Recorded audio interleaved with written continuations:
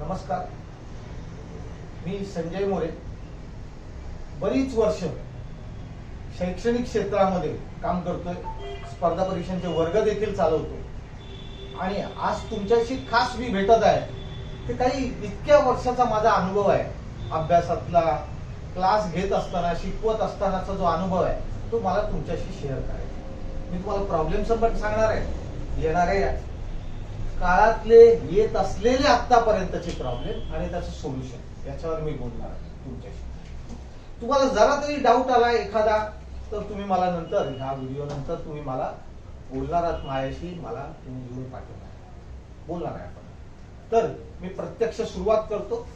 Counselling मध्ये आलेले माझे अनुभव आणि प्रॉब्लेम्स त्याच्या सोल्युशनवर येतो. मी काय काय असतात अनुभव त्यातले एक मी तुम्हाला मुद्दामून सांगेन. जेव्हा आपण एक विद्यार्थ्यांचा सर्वे करतो, मी इथे 100% विद्यार्थी म्हणतो,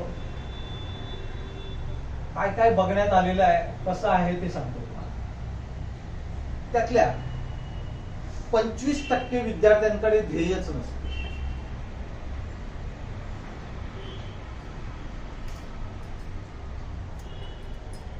आणि 75% विद्यार्थी काहीतरी ध्येय असतं, असं समजा काहीतरी ध्येय आहे. आणि सायन्स काय सांगतो,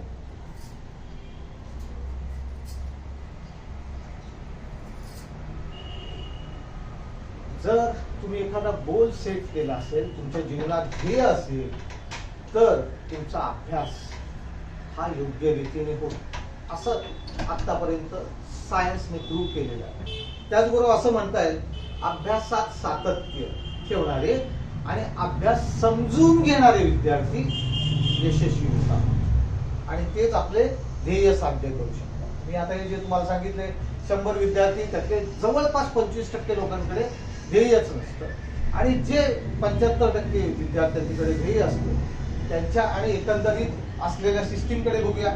मी इथे मुद्दाहून 40% विद्यार्थी असे बघितलेले आहेत की त्यांचं 10वी नंतर ध्येय बदलतं. जर काय ध्येय ठरवलेलं असेल तर त्यांचं ते 10वी नंतर ध्येय बदलतं, असं बघितलेलं आहे. 20% असे विद्यार्थी आहेत की त्यांचे 12वीच्या नंतर ध्येय बदलतं.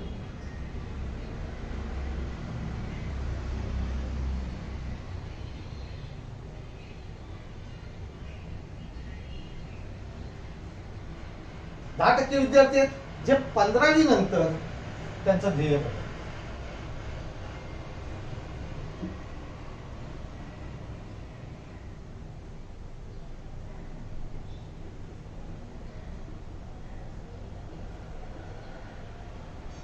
आणि 5% विद्यार्थी असे की ज्यांनी शालेय जीवनात किंवा 10वी पूर्वी जे ध्येय ठरवलेलं असतं ते अचीव करतात.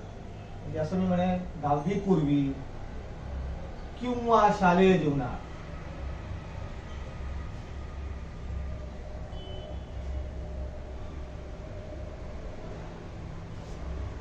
ठरवलेलं ध्येय साध्य होते.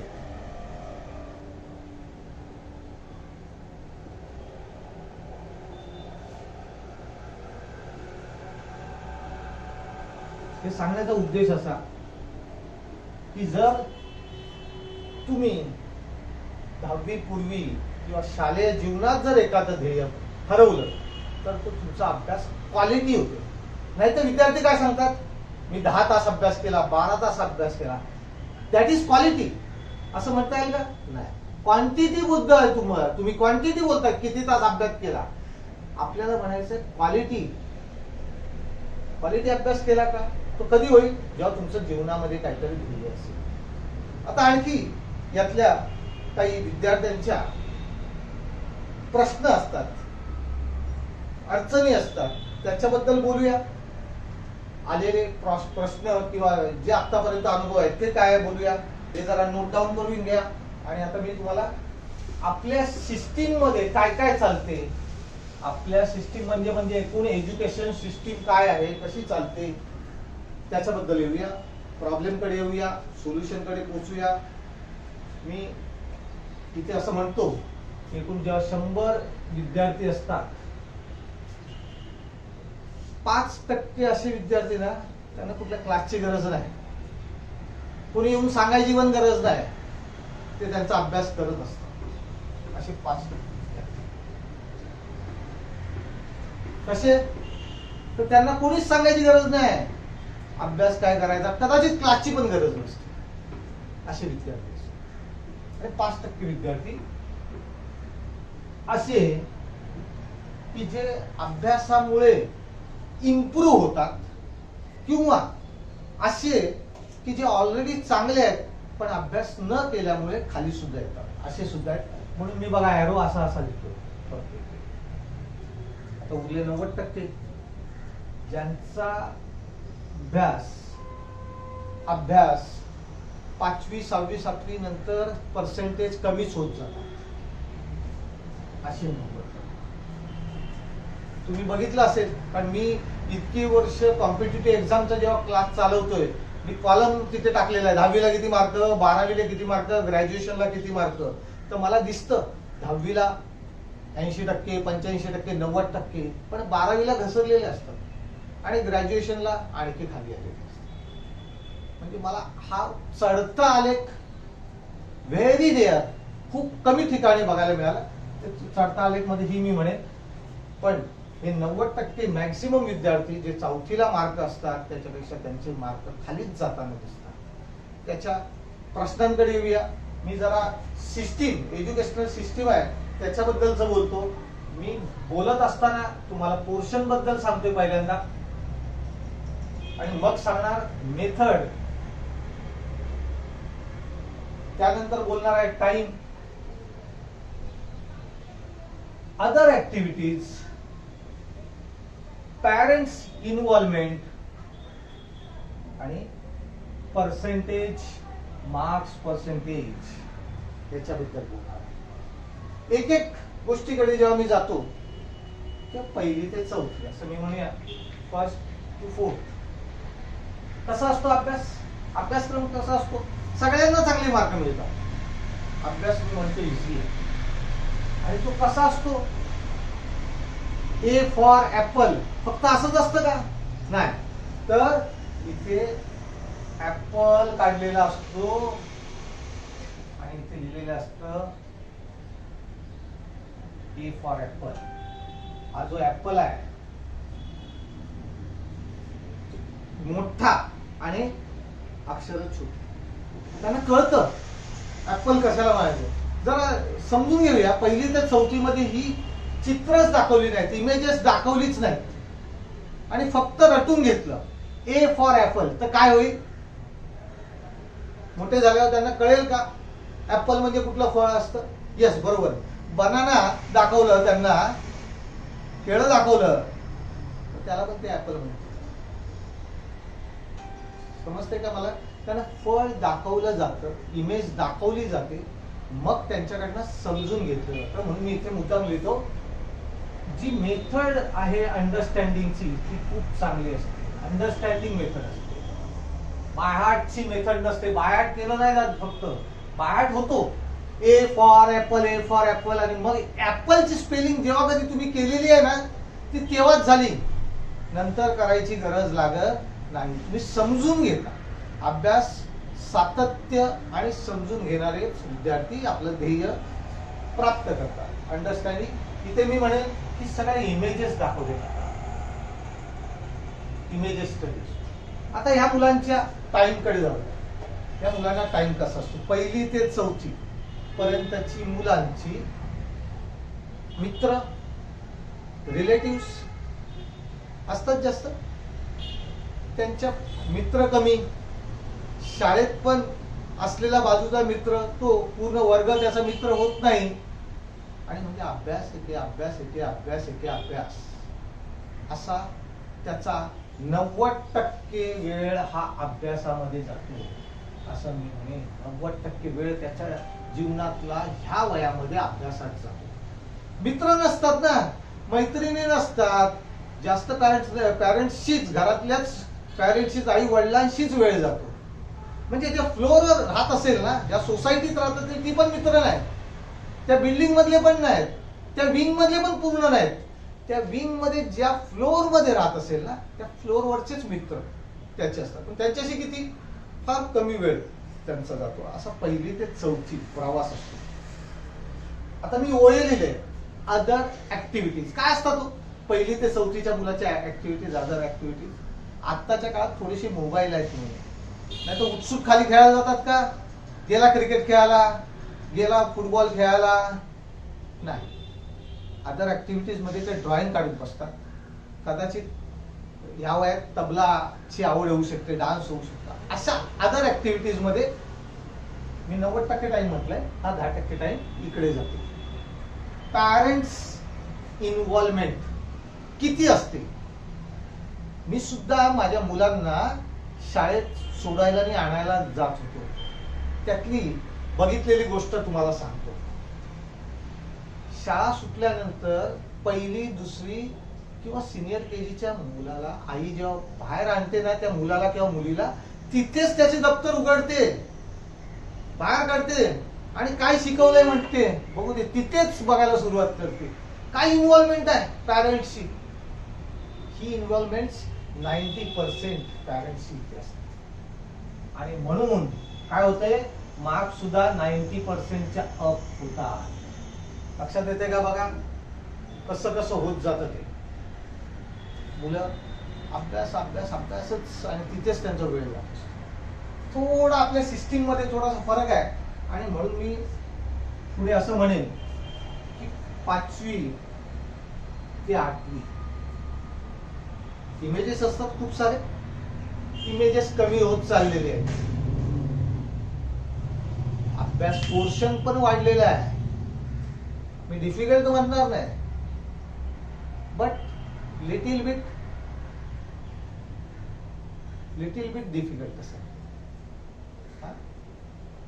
इमेजेस असतात का? तर नाही.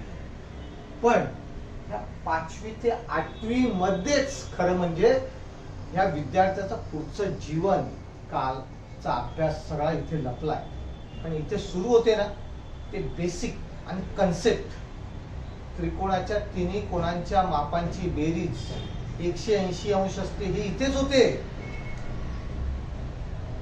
वर्गसंख्या, घनसंख्या, मूळ संख्या, prime numbers, composite numbers, concept आणि बेसिक इथे कच्चा राहिला.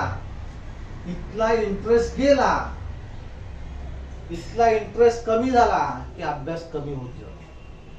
कारण समजलं नाही ना, इंटरेस्ट कमी झाला की अभ्यास कमी होतो. आणि म्हणून मी इथे अंडरस्टँडिंग जे आहे ते कमी होत जातं असं मी म्हणेन. आणि मग एखादा अंडरस्टँडिंग कमी होत गेलं तर माणूस काय करत जातो? By heart. चलो आत्ताच्या भाषेत काय म्हणूया, रट्ट मारले ते. मग नाही, रट्ट मारले ते. आता ह्या टाइम कडे जाऊया आपण. टाइमचं काय होतं ते बघा. एखादी गोष्ट जेव्हा आवडायला कमी होत जाते ना, तेव्हा मग काय होतं, तिकडे दुर्लक्ष होत जातं. आणि मग दुसरीकडे विद्यार्थी लक्ष द्यायला सुरुवात करतात. म्हणून त्याचा जो टाइम आहे ना, तो असा 2 भागांमध्ये विभागला जातो. कसा? आता अदर ऍक्टिव्हिटीज सुरू होतात. तो फुटबॉल खेळायला जाणार, त्याचे मित्र वाढणार, फ्रेंड्स, रिलेटिव्ह, याच्यामध्ये तो त्याचा टाइम तर आहे ना. आता त्याच्याकडे टाइम तर खूप आहे, तो घालवायचा आहे. फक्त अभ्यास नाही करू शकत, कारण समजत नाही, इंटरेस्ट नाही, समजत नाही, इंटरेस्ट नाही. म्हणजे फक्त अभ्यासामध्ये वेळ जाऊ शकतो का? तर नाही. फ्रेंड्स, रिलेटिव्ह यांच्यामध्ये वेळ जातो. स्पोर्ट्स मध्ये खाली मित्रांमध्ये खेळायला जाणार. गेम्स, मोबाईल मधले गेम्स असो, वेगळे वेगळे गेम्स असो, ते टीव्ही बघायला सुरुवात करणार. तो वेळ आहे ना, तो कुठेतरी वापरला पाहिजे ना. कसा तो कसाही वाया घालवू नये. टाइमपास सुरू होतो इथे टीव्ही. आणि आता सगळ्यात मोठा प्रॉब्लेम तो म्हणजे मोबाईल. इकडे त्याचा टाइम विभागला जातो, फक्त एकटा अभ्यासात राहत नाही. आणि मग साहजिकच आहे, पॅरेंट्स इन्व्हॉल्वमेंट इथे किती टक्क्यावर येऊन पोचतं? 50%. Parents involvement only 50%. याच्यात पण दोन प्रकार आहेत. पालक कशा कशा प्रकारचे असू शकतात ते सांगतो. मी दोनच प्रकारच्या पालकांकडे येतो. शिकलेले असतील किंवा नाही शिकलेले असतील. मला अर्धशिक्षित वगैरे काय ह्या गोष्टीवर विश्वास नाही म्हणून सांगतो. शिकलेले असतील किंवा नाही शिकलेले असतील. शिकलेले असले ना तर त्यांनी ह्याला वेळ द्यायला पाहिजे. पण ते शिकलेले म्हणून ते नोकरी करतात, ह्याला द्यायला वेळ नाही. मग काय करणार? क्लासेस, इतर ऍक्टिव्हिटीज मध्ये त्याचा वेळ कसा जाईल.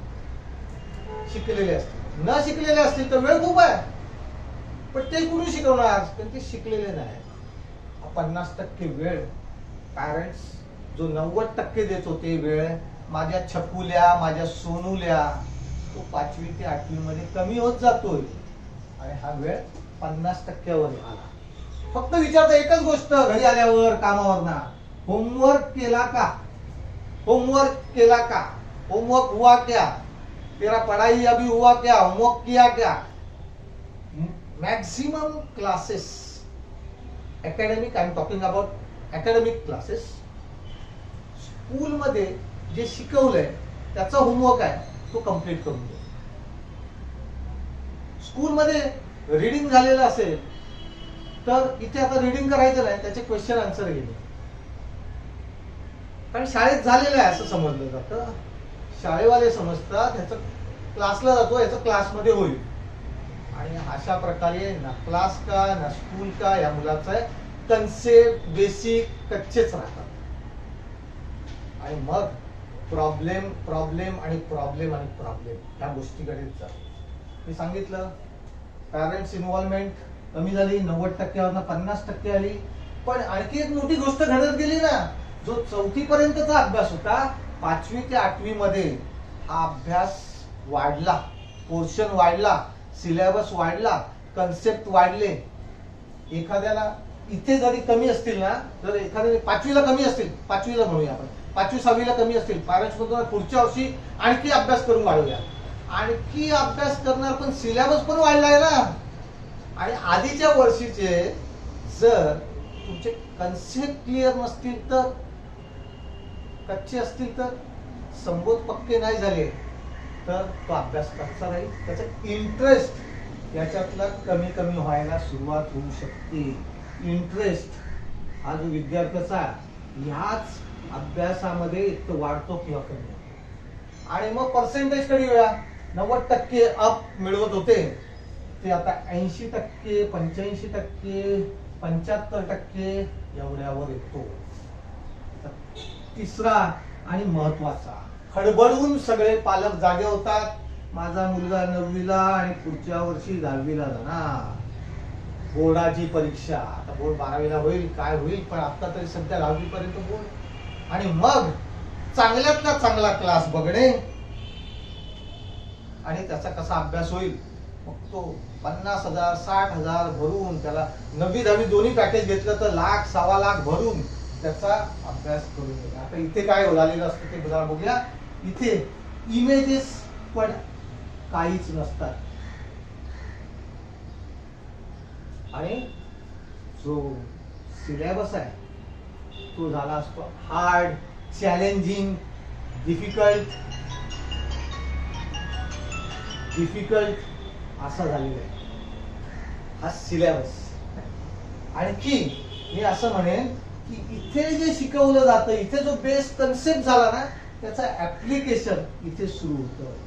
जे आपण शिकलोय आतापर्यंत ते तुम्हाला अप्लाय करता येतं का, ऍप्लिकेशन सुरू होतं. मेथड, आता मार्क तर मिळवायचे 9वी 10वीचे, मग काय एकच पर्याय उरला, रट मारलो यार, बस बायहार्ट करा बायहार्ट करा. अरे असं बायहार्ट करून शक्य आहे का? नाही. म्हणजे एकच मेथड या मुलाकडे राहते, ते म्हणजे बायहार्ट करणे. टाइम, माणूस सवयीचा गुलाम आहे. आता सवय लवकर लागत नाही आणि लागलेली सवय लवकर सुटत नाही, हे लक्षात घ्या तुम्ही. आदमी तो किसका गुलाम है? आदतों का गुलाम है. एक बार आदतें जल्दी लगती नहीं और जल्दी छुटती नाही. मग ह्या काळात जी लागलेल्या सवयी आहेत, क्रिकेट खेळायचं आहे, व्हॉलीबॉल खेळायचा आहे, टेनिस खेळायचं आहे, कॅरम खेळायचं आहे, जे काय खेळायचं आहे, मोबाईलवर गेम खेळायचे, मित्रांबरोबर भटकायचे, ही लागलेल्या सवयी लगेच सुटतील का? अभ्यास करणे ही सवय आहे आणि मी म्हणतो अभ्यास न करणे ही सुद्धा सवय आहे. सवय एकदा लागली की तुमचा मॅक्झिमम वेळ इथे, मॅक्झिमम वेळ हा अदर ऍक्टिव्हिटीज मध्ये जातो, स्टडी मध्ये कमी जातो. मॅक्झिमम वेळ तो किती? परत तो कदाचित 70-80% सुद्धा वेळ जातो. जो काय क्लासमध्ये किंवा शाळेमध्ये वेळ जातो स्टडीला तोच, नाहीतर अदर ऍक्टिव्हिटीजच सुरू होतात इथे मॅक्झिमम. पॅरेंट्स इन्व्हॉल्वमेंट, मुलग्याला, मुलगीला, पाल्याला, क्लासला गेला, शाळेत गेला, आपली जबाबदारी संपली, येतोय, होमवर्क केला का, ह्याच्या पलीकडे काय प्रश्न विचारायचा नाही.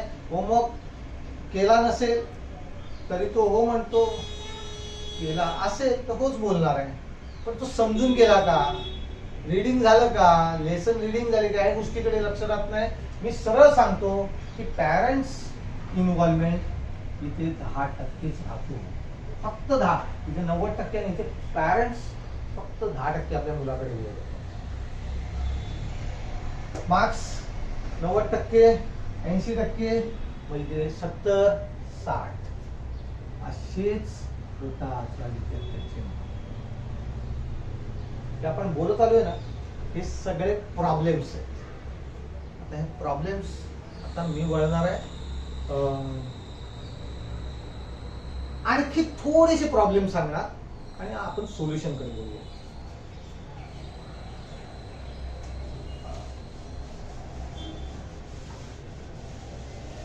हो, तुम्हाला आतापर्यंतच्या ह्या आतापर्यंत मी जे करत असलेलं एज्युकेशनल कामातलं जे काय तुमच्या समोर ठेवलंय ते तुम्हाला कळालं असेल.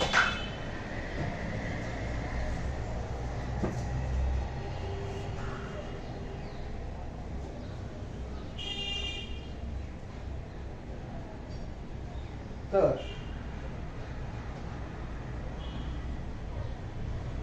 आता काही शब्द मी सांगणार आहे.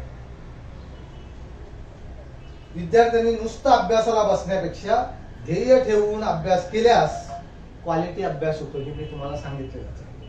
आणि शिक्षण तज्ञांच्या मते काय सांगितलंय, ध्येय निश्चित असते तेव्हा अभ्यासाचा दर्जा उंचावतो आणि ध्येय निश्चित नसते तेव्हा अभ्यासाचा दर्जा खालावतो.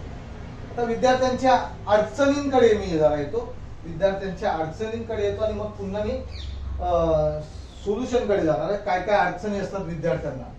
पहिले एक तर अडचणींमध्ये मी पहिलं म्हणेन बिहेवियर.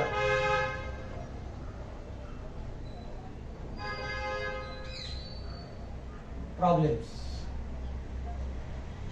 वेगवेगळे प्रॉब्लेम आहेत, त्यामध्ये वागण्यातले प्रॉब्लेम. एक तर पहिल्यांदा विद्यार्थ्यांना कुठलंही गोल नाही, जे ध्येय नाही तर त्या विद्यार्थ्याचा अभ्यास होऊ शकत नाही. ते जीवनात ध्येय पाहिजे ना, नसेल तर तो क्वालिटी अभ्यास होऊ शकत नाही. No self motivational for study असं मी म्हणतो. नो सेल्फ मोटिवेशन, ह्या वयात कुठलंही सेल्फ मोटिवेशन नसतं. Unaware about purpose of study, कुठलाही अवेअरनेस नाही. Unaware about purpose of study.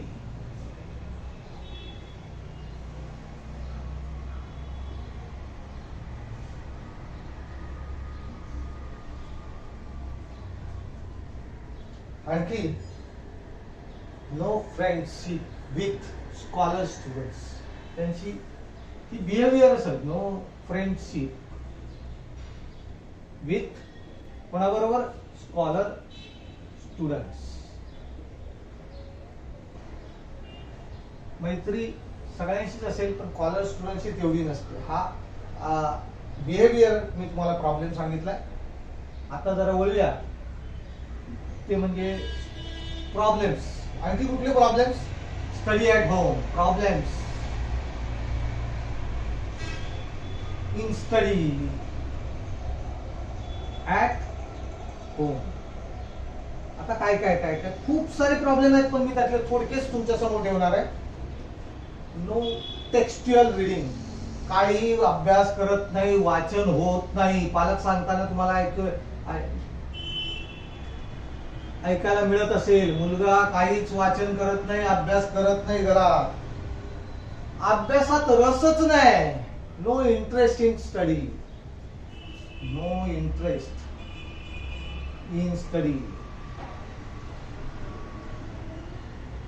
Studies म्हणत नाही, मी स्टडी म्हणतो. घरात बसल्यानंतर काही कॉन्सन्ट्रेशन नाही, नो कॉन्सन्ट्रेशन. उठतोय, पाणी पियाला जातोय, चहा देते का आई, खायला देते का काय आई, नो कॉन्सन्ट्रेशन.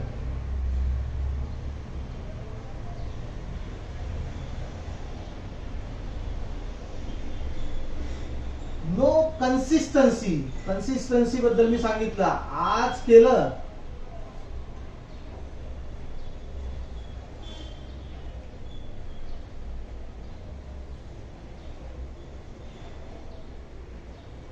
आज केला अभ्यास, कदाचित उद्या परत रिवाइज केला नाही. कन्सिस्टन्सी नाहीच अभ्यासात. जितकं जास्त पाठांतर करता येईल तिकडेच जास्तीत जास्त पाठांतर करणे. बाहाट स्टडीज बाय हार्ट, 3 बाहाट बस पाठांतर करत राहणे, हा एवढाच त्यांच्या डोक्यामध्ये येतात. कन्सेप्ट समजूया, समजू ना करूया नाही. Revision, no revision. मी हे सगळे तुम्हाला प्रॉब्लेम सांगतोय, आपण सोल्युशन कडे येणार आहे.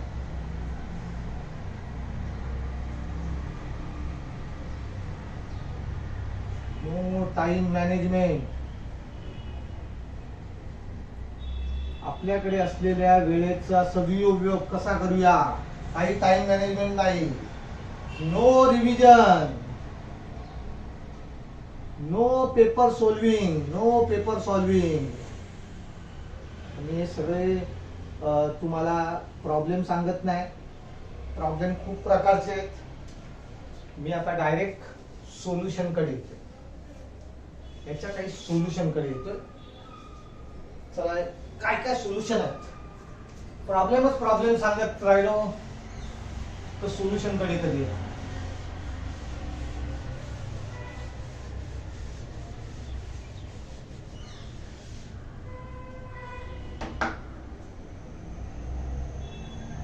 सोल्युशन मध्ये मी जेव्हा मला यायचं आहे तेव्हा एक कन्सेप्ट सांगतो.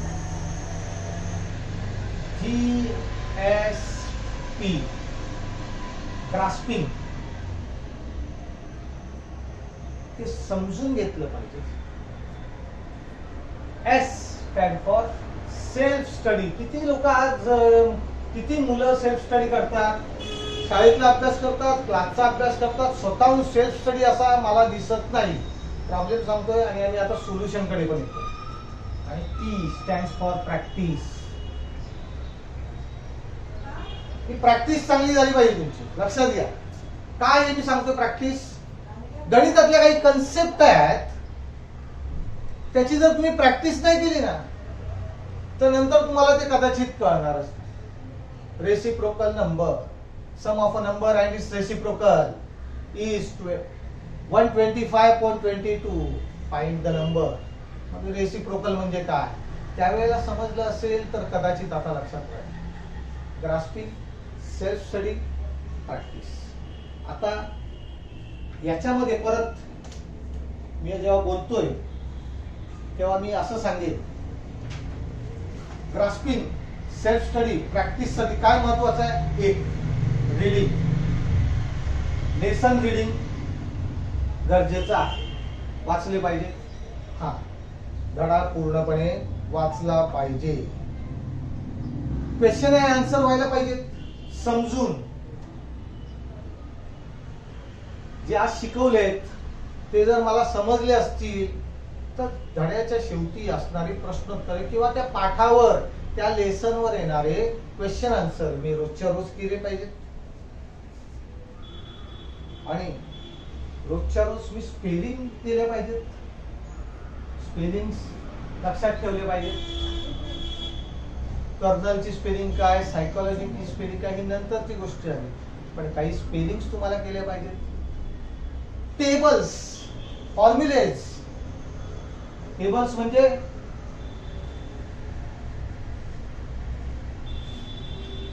शाळेत असलेल्या 324 मुलांनी प्रत्येकी 158 रुपये दिले.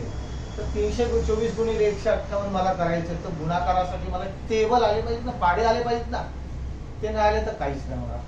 स्क्वेअर, क्यूब, टेबल्स आले पाहिजे, स्पेलिंग आले पाहिजे. आणि रोजच्या रोज वर्कबुक कंप्लीट केलं पाहिजे. होमवर्क केला पाहिजे. हे मी सोल्युशन सांगतोय तुम्हाला. होमवर्क रोजच्या रोज केला पाहिजे. आणि मॅथ्स असा सब्जेक्ट आहे की त्याची रोजच्या रोज तुम्ही प्रॅक्टिस केली पाहिजे. अग्रीड? हो, यस. आता सोल्युशन तर सांगितलंय, पण तो पण खूप सविस्तर सांगितलं. आता छोट्याशा भाषेमध्ये सांगतो. बिना रीडिंग किए हुए, काही न वाचता, काहीही मेहनत न करता, कुठलाही स्ट्रगल न करता सगळाच्या सगळा अभ्यास तुमच्या मुलाच्या मेंदूमध्ये, ब्रेन मध्ये बसेल असं करता येईल का? हो, करता येईल. आता प्रश्न असेल कसं? त्या छोटस उदाहरण जे सगळ्यांना माहित आहे ते म्हणजे टीव्ही. काय बघतो आपण टीव्हीवर? Serials, movies, discoveries, cricket, news, या स्पोर्ट्स तो हो गया. हे सगळं बघतो ना. त्यासाठी कुठली मेहनत करतो का? निवांत बघतो आणि बसतोय. तारक मेहता का उलटा चष्मा घरोघरी सुरूच आहे. कसली मेहनत करतो का? नाही. आता मी तुम्हाला आता सगळीकडे पेव सुटलंय म्हणून मी आता एक रामायणाचं तुम्हाला जाडसं पुस्तक दिलं आणि एका विद्यार्थ्याला सांगितलं तू रामायण सिरियल बघ. ठराविक दिवसाने याचं वाचन पूर्ण झालं. रामायण पुस्तक ज्याला दिलं होतं त्याचं झालं आणि रामायण सिरियल बघून झाला. कोणाला चांगलं कळेल? बिना मेहनत, बिना बुक पढ़े सब हे लेसन्स, हे सगळे अभ्यास डोक्यात जाऊ शकतात.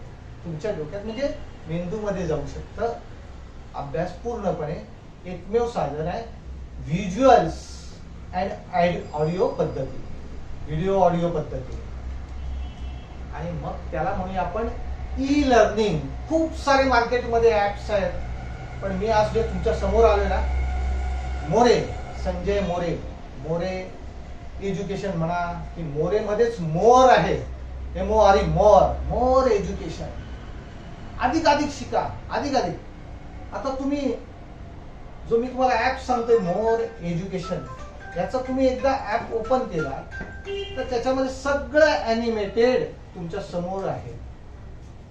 हा तुम्हाला कन्सेप्ट फक्त सांगणार नाही, याच्यामध्ये PDF बुक्स आहेत, त्याच्याच बरोबर ऍनिमेशन केलेले सगळा पाठ्यक्रम त्याच्यात आहे.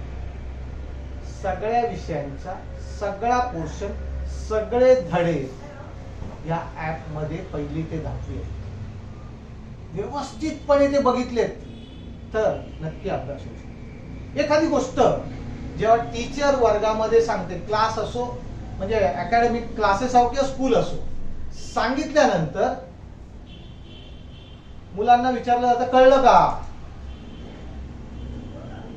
कळलंय तो पण हो बोलतो, कळलं नाही तो पण हो बोलतो. काय कारण असतील कळलं नाही तो हो बोलतो? टीचरची भीती असेल एक. दुसरं, माझे मित्र किंवा वर्गातले इतर मला हसतील. तर इथे तो जो ऍप आहे हा तुमच्या मोबाईलमध्ये तुम्हाला पाहिजे तेव्हा बघा, तुम्ही समजेपर्यंत बघा, असा हा मोर एज्युकेशन ऍप आहे. त्याच्या आणखी माहितीसाठी मी तुमच्या समोर येणार आहे. आणखी एक व्हिडिओ घेऊन तुमचे काही क्वेरीज असतील, क्वेश्चन असतील, त्याचं स्वागत आहे. कसा वाटला हे सांगा. कॉन्टॅक्ट करण्यासाठी हा मी माझा मोबाईल नंबर देतोय.